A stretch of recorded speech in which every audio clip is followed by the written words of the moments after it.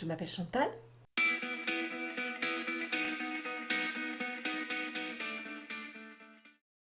Une femme dynamique, dans le vent, assoiffée de nouvelles découvertes. Voilà, c'est ça en fait. Ça serait moi. Je suis encore aujourd'hui tout le temps dans mes rêves, hein, et j'ai toujours une espèce de petit nuage au-dessus de moi, ma petite lune là, qui est tout le temps avec moi. Et je suis capable de tenir une conversation, puis je pense à tout un tas d'autres choses à côté, tu vois. Donc, je suis toujours dans mon monde, en fait, beaucoup dans mes rêves. La solitude, ça me va très très bien, même si j'ai besoin d'avoir du monde aujourd'hui autour de moi, mais j'ai besoin de mes moments de solitude, et c'est là que je crée le mieux, le plus facilement. Têtu, entêté, entêtée dans tous les sens du terme, hein, donc c'est difficile de me faire changer d'avis. Ça, ce serait peut-être ce que j'essaie de corriger au quotidien. Les gens qui me connaissent vont tout de suite acquiescer en fait. La pédagogie, ça fait partie de mon premier métier. Donc gérer un peu les hommes, les ressources humaines. Donc c'était un de mes points forts dans ce métier-là, hein, la pédagogie, la formation des collaborateurs, leur développement personnel. Et puis dans mon métier d'aujourd'hui, puisque j'enseigne le chant et que ça demande beaucoup de pédagogie pour s'adapter à tous les publics en fait. Voilà. Ça fait partie aussi d'une de mes qualités, hein, c'est d'enseigner le partage, la bienveillance, le non-jugement, euh, l'aide, l'entraide, voilà. Et dans les travaux de groupe avec les élèves de tous les âges, surtout chez les plus jeunes et chez les ados, c'est extrêmement important. Activateur de talent. Et quelque part aussi mon petit côté magicienne, ma petite baguette magique. Donc où régulièrement j'arrive à provoquer des eureka chez mes élèves, donc qui d'un seul coup se rendent compte qu'ils sont capables de faire quelque chose. Et là c'est le waouh, j'ai fait ça moi. Mais c'est grâce à toi. Je dis non, c'est grâce à toi. Donc révélateur de talent, je pense que c'est pas rien. Et redonner confiance aussi à plein de gens parce que le chant ça permet ça aussi, la bienveillance ça permet ça aussi. Et mon côté très patient, très bienveillant permet à beaucoup de personnes en fait de revenir à un sentiment d'importance. Parce que c'est à partir du moment où ils s'imaginent et ils peuvent réaliser qu'ils sont capables de faire des choses, qu'on arrive après à enclencher tout un processus de développement de la voix et de développement personnel. Et là, c'est le début de quelque chose. L'injustice. L'injustice. Et de voir qu'il y a des êtres humains qui peuvent encore être malheureux de nos jours, souffrir. Ça me rend très très très triste. La musique, les amis, faire plaisir, les petits bonheurs. Les petits bonheurs en tout genre.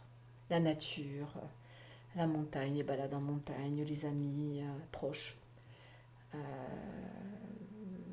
ma famille, mes enfants, mon mari, mon chien, Caramel. Voilà, tout ça, c'est plein de petites choses. C'est les petits plaisirs, hein. Les petits plaisirs, voilà.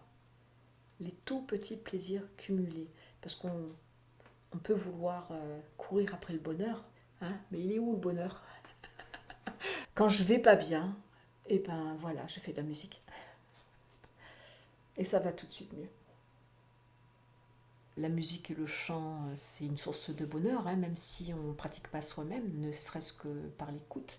Les vibrations que ça procure, le chant qui résonne, chanter à plusieurs avec d'autres chanteurs ou des musiciens ou même avec des élèves, chanter en harmonie, ça procure un bien-être exceptionnel. C'est vraiment, excusez-moi le terme, ça peut être jouissif.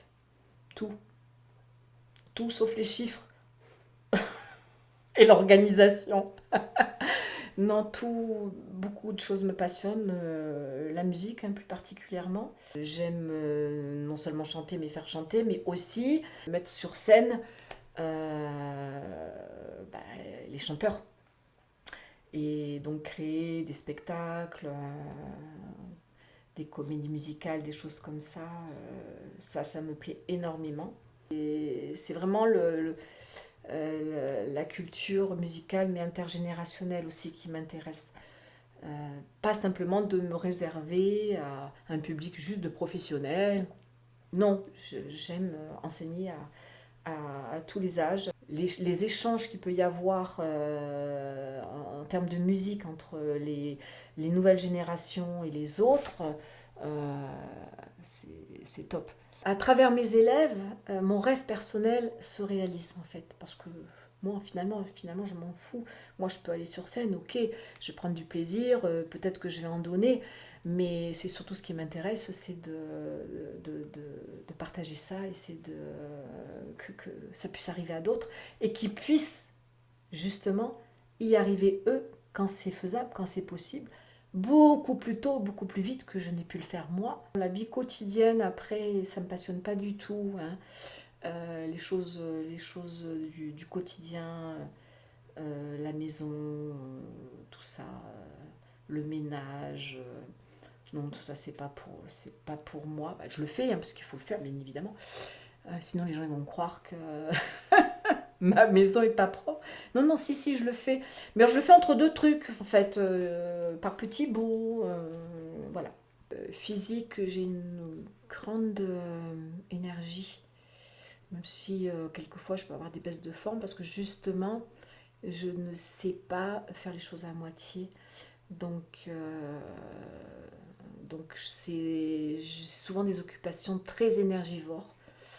Et donc, je peux quelquefois avoir des petits coups de mou. Force physique, oui, parce que j'ai toujours été active.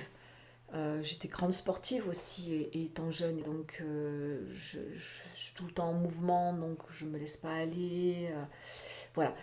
Et au niveau du mental, je suis un bulldozer en fait. Donc, c'est difficile de me déstabiliser mentalement ou intellectuellement parce que j'ai une grande force à ce niveau-là. Ça me permet aussi de faire tout ce que je fais aujourd'hui, d'arriver à mener de front beaucoup de choses et d'arriver à des résultats. Tant que j'ai pas fini, quand je suis pas au bout, je vais pas pouvoir m'arrêter en fait. Hein, et, même encore maintenant, il m'arrive de passer des semaines, voire des mois, à quasiment pas dormir, parce que, voilà, jusqu'à 2 ou 3 heures du matin, je cogite et je prépare des choses, et ça peut durer des mois. Après, après des mois intensifs comme ça, je peux avoir des petits coups de mou, mais ça dure pas très longtemps. C'est ça qui est bien. C'est ça qui est bien, c'est que ça, en général, ça dure pas très très longtemps. Voilà, c'est mes grandes forces. L'être humain. L'être humain. Et l'être humain. Tout ce que je fais, tout ce que je dis, tout ce que je crée, tout ce que je pense, en fait, c'est toujours tourné vers l'humain. Et d'ailleurs, c'est pas pour rien que j'ai fait une grosse partie de ma carrière dans les ressources humaines. C'est que ça avait beaucoup, beaucoup d'importance pour moi. C'est des métiers qui sont très, très difficiles. Mais en même temps, c'est ce qui au quotidien, me faisait aller de l'avant. En fait. Et donc l'humain, mais au sens large, l'humanité, la protection aussi, la protection de la nature, de la planète, etc. C'est quelque chose qui est extrêmement important pour moi. Si c'est mes élèves, ils s'habituent très vite parce que je suis quand même assez dynamique et assez exigeante. Et je ne pratique pas la langue de bois. Je ne vais pas communiquer avec eux en leur disant, bah, par exemple, oh, c'est magnifique tout ce que tu fais, tout va bien. Oui, non, mais tu peux chanter cette chanson, il n'y a pas de souci. Non, je vais leur expliquer que c'est peut-être pas encore tout à fait le moment. Et puis, bon, bah, après, j'ai une certaine forme d'exigence parce que je suis très exigeante vis-à-vis de moi-même. Donc, exercer ce métier avec des élèves, surtout quand on a des élèves en cours collectif, par exemple, où ça demande une certaine discipline.